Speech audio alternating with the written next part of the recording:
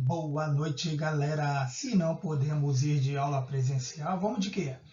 Vamos de aula online. Boa noite para a galera do Marizinha Félix e a galera do Dr. Elvino. E para todos os fãs do canal História Dinâmica. A aula de hoje é sobre independência dos Estados Unidos. Nessa aula especificamente, nós só vamos falar sobre o processo de colonização dos Estados Unidos e o comércio triangular. E na próxima aula nós vamos falar do processo de independência em si, né? Os fatores que levaram à independência, o decorrer das guerras de independência e as consequências da independência dos Estados Unidos, tanto para o próprio país quanto para o restante do mundo, né? Que os Estados Unidos posteriormente se tornam uma potência mundial. Então agora vamos falar sobre a colonização americana. O tema aí, o processo de independência dos Estados Unidos, o mapa com os Estados Unidos na época, que se resumiam às 13 colônias, galera. Então, galera, a colonização da América do Norte foi por questão religiosa, né? Os puritanos, eles vieram para cá porque estavam sofrendo perseguição e deram início, né, no sul das 13 colônias, a colonização, que se estendeu até o século XVIII. E, inicialmente, essas 13 colônias se dividiram em 3 regiões. As colônias do norte, as colônias do centro e as colônias do sul. Cada uma com suas características econômicas e características de clima, que nós vamos ver posteriormente, né? Vieram para cá descendentes de escoceses, ingleses, alemães, holandeses, entre outros. Pode observar aí no mapa a divisão, né? Colônias do Norte, Nova Inglaterra, colônias do Centro e colônias do Sul, né? Cada uma com seu perfil econômico, humano, geográfico e sociopolítico específico, que nós vamos ver agora nos próximos slides. As colônias do Sul, como eu já tinha dito para vocês, foram as primeiras, né? A primeira foi a cidade de Jamestown, na Virgínia, né? Que a Virgínia é a colônia, e fundaram a cidade de Jamestown. Posteriormente, Carolina do Norte, do Sul e Geórgia. Quais são as características principais que nós temos que entender em relação às colônias do Sul? O clima subtropical, que facilitava o quê? Uma monocultura em grandes propriedades e era escravista, o trabalho era escravo. Eram chamadas de colônias de exploração, muito parecido com o que aconteceu no Brasil, né?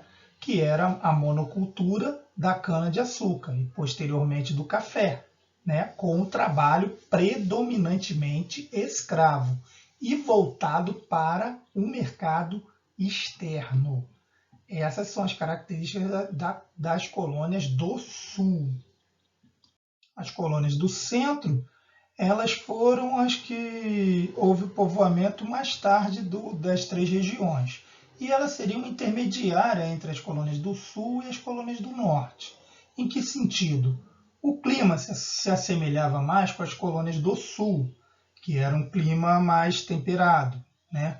Um clima que também favorecia o plantio, a agricultura. Mas, nesse caso, não era em grandes propriedades. Eles produziam, né? Mas produziam para o mercado interno, né? Praticava policultura também, que é mais característico das colônias do norte, e o comércio. Eles eram o centro comercial das 13 colônias, onde recebiam os humanos que eram escravizados, que vinham da África e redistribuíam para as colônias, né? Revendiam para as colônias do Sul. Então, as colônias do Centro seriam intermediárias. Em relação ao clima, está mais parecido com as colônias do Sul, mas em relação à economia, se assemelha mais às colônias do Norte. Então, galera, as características das colônias do Norte, o clima, por ser mais parecido com o clima europeu, não favorecia a agricultura, a monocultura voltada para o mercado exportador, porque o mesmo que se produzisse aqui, se produziria lá na Europa. Eles precisavam de um produto igual no sul, né, que não tivesse uma grande produção lá na Europa. Então, eles ficaram na agricultura a policultura, né, agricultura de subsistência em pequenas propriedades, e foram desenvolvendo o comércio, com excedente agrícola desenvolveram o comércio e posteriormente a manufatura. E a característica era o trabalho livre, né? Não era o trabalho escravo igual nas colônias do sul e em parte, né, das colônias do centro, que tinha pouco trabalho escravo, mas tinha, certo? Aí, galera, aquilo que o professor de história gosta, quadro comparativo para facilitar o aprendizado, colônias do norte, colônias do centro e colônias do sul.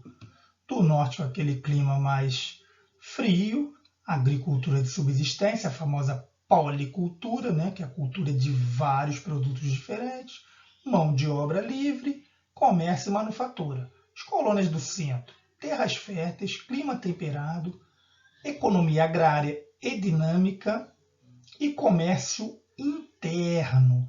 Além disso, eu posso incluir a tolerância religiosa nessa, né? As colônias do centro eram mais diversas em relação à população. Colônias do sul, terras férteis, clima quente, economia agrária, sistema de plantation, que é o latifúndio, mão de obra escrava e monocultura voltada para o mercado externo. Então, galera, vamos fechar com comércio triangular. O que significa comércio triangular? Era o comércio entre 3 continentes. O continente europeu, o continente africano e o continente americano, logicamente, onde estavam as 13 colônias. E como funcionava? As colônias do centro, né, elas vendiam alimentos e madeira para as Antilhas, que era na América Central, que produziam açúcar. Eles compravam esse açúcar, as 13 colônias, fabricavam o rum e revendiam para a África, em troca de quê? Em troca de pessoas escravizadas. Por sua vez, eles também vendiam o açúcar das Antilhas para a Inglaterra e comprava produtos manufaturados. Por isso que o comércio é triangular, né? Todos os 3 continentes eles tinham relações comerciais. E as 13 colônias lucraram muito com esse comércio, porque a Inglaterra não se preocupava em cobrar taxas ou impostos. Era o chamada, né, nessa época em que a Inglaterra não se preocupava, porque estava conseguindo lucro com outras colônias e com seu comércio, que era extenso também, chamado de negligência salutar.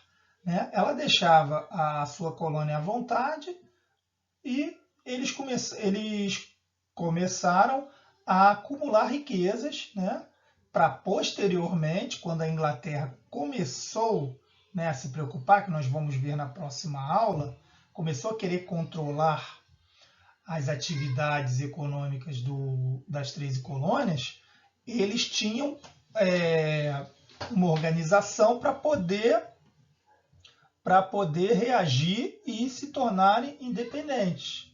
Isso nós vamos ver na próxima aula, né, sobre a parte 2 da independência dos Estados Unidos, que vamos falar sobre a independência em si, a Constituição Americana e as consequências da independência dos Estados Unidos para a América e o mundo.